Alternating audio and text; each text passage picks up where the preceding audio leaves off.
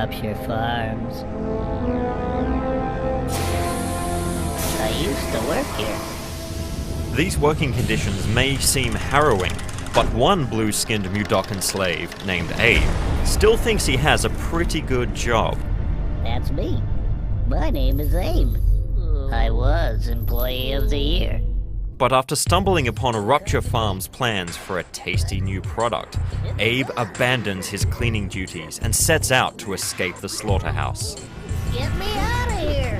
So begins Oddworld New and Tasty, a remake of 1997's side-scrolling platformer Oddworld Abe's Odyssey. But we're not talking about simply upscaling the original game's pre-rendered 2D graphics. No, the entire game has been rebuilt from the ground up in real-time 3D.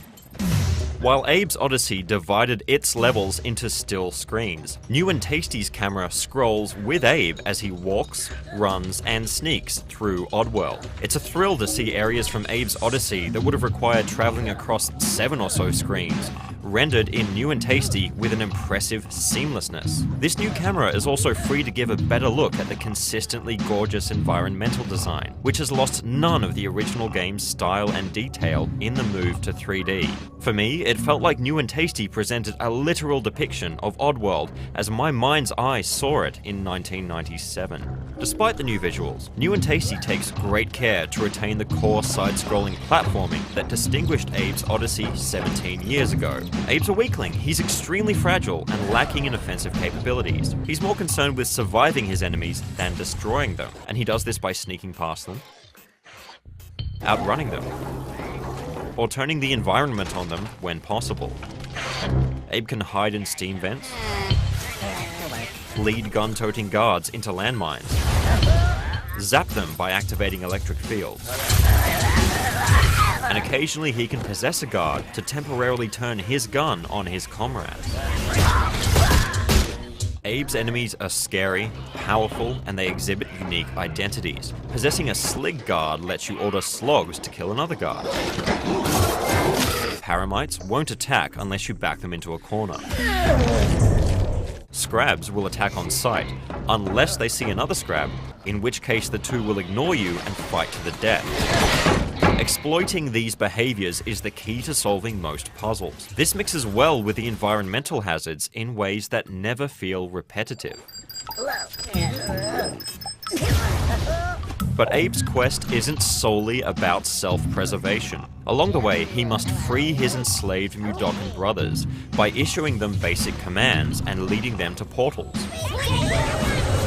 For all the traumatic ways that Abe can die in this hostile world, there's a slapstick quality to the dark subject matter when you have multiple frail Mudokans in tow.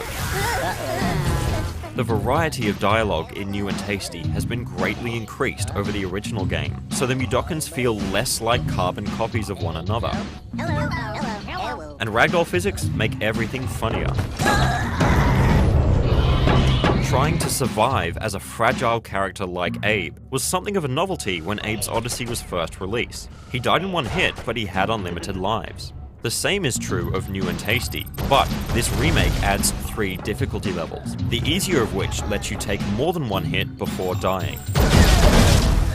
But even the classic one-hit kill difficulty level is still forgiving, as you can quick save by simply tapping the touchpad. Keep this in mind and you'll rarely lose much progress from what are sure to be repeated deaths. Unfortunately, those deaths sometimes occur because of how New and Tasty uses the analog stick for movement. In the original game, you controlled Abe's movement speed by holding down the shoulder buttons. This was important because the game required precise timing of sprints and jumps to avoid landing on mines or falling down chasms. New and Tasty changes this by putting 2 movement speeds on the left thumbstick. Pushing it slightly will make Abe walk, while pushing it harder will make him run. This led to a number of situations where I had to adjust my position by a single step, but I ended up running straight into a landmine. Thankfully, sneaking is still bound to a shoulder button, so it's rare that you'll accidentally wake up a slig and get shot. Despite occasional frustrations from this fiddly analog movement, and some fourth wall breaking in-game ads, This is a remake that feels as though it was crafted with love and respect, with clever puzzles near identical to the original game, and beautiful environments brought to life with new visuals and a dynamic camera. New and Tasty thoroughly satiated me, despite my being an Oddworld veteran and knowing each solution and secret area like the back of my hand.